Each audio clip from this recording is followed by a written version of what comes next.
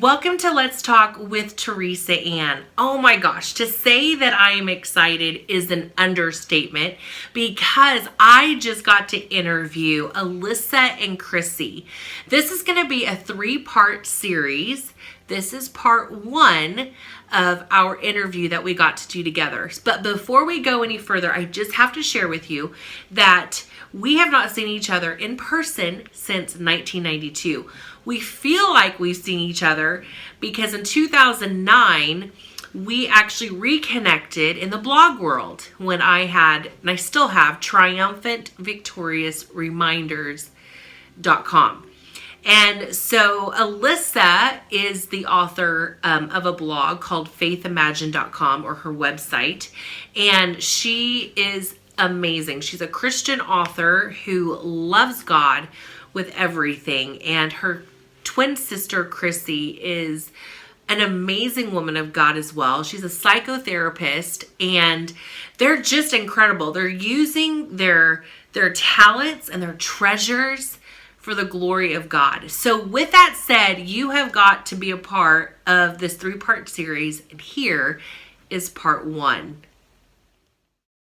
Something that we talked about briefly today while we were eating lunch, and it was the moment you were awakened in the middle of the night. Mm-hmm.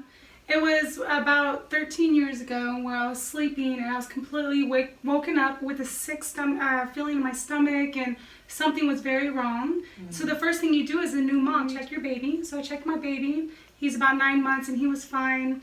So I thought, I'm just going to take him to bed with me. And on the way to the bedroom, that's when the phone rang. And I just knew something was wrong.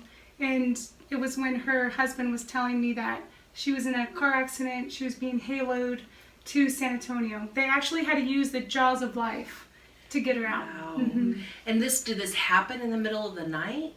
I had just gotten off of work.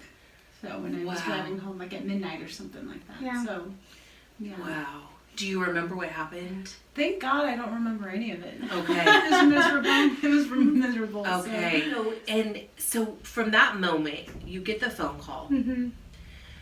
When was it that you had asked the Lord, why did you wake me? Mm-hmm. And yet you didn't even really feel prepared for what was about to happen next. Yeah. I always thought he woke me up because he was trying to prepare me for the phone call, which was probably it. Maybe I wouldn't have heard the phone call 2 a.m. But when I was really praying over, God, why would you wake me up in the middle of the night? And I know that God, because through Jesus Christ, he shares our joy and our sorrows. Mm. The Bible says he catches our tears. And what God told me was, he was sharing his grief with me about what was happening to my sister. Wow.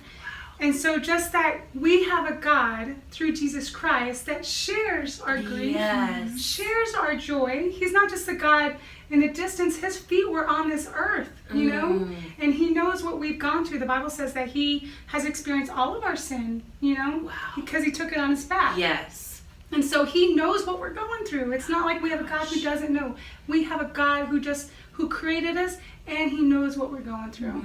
And so he just told me that he was sharing because he loves her. Yes. He loves all of us. Yes. And he was sharing that grief with me about what she was going through. Wow. And what comes to mind is how he is our ever-present help in time of need. Yeah. Isn't that the truth? Mm-hmm. So now in the process of you now going through what you're going through, how many surgeries did you go through? Like for my nose 2, and then my hip 1. So like 3 surgeries. Wow. Mm-hmm. And so in the process, it's so funny how oftentimes when we come out of things, people only see us coming out of things. Yeah.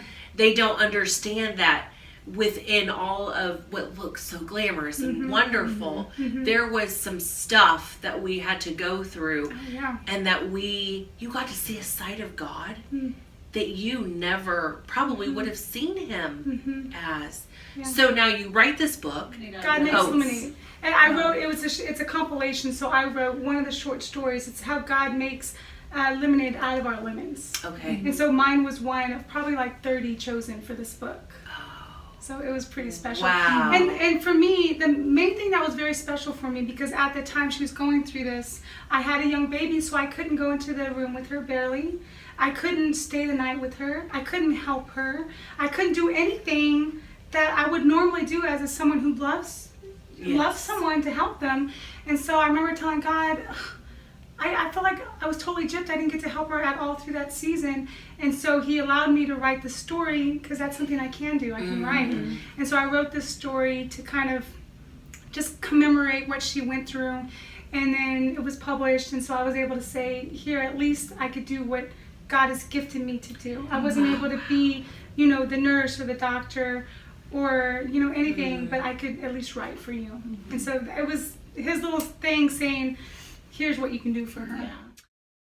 Don't you just love that? They are so fun. These next 2 parts that will be aired in the next couple of weeks, they're going to be incredible. So I can't wait for you to watch the rest of our interview together. But what I love about this particular interview is to see what God does in the midst of tragedy. How sometimes what it looks like the end is just a new beginning. And for Alisa to be able to do something when she felt like she wasn't able to do anything at all, God showed her what she could do with what she felt was little that she had. But to Chrissy, her sister, it was everything.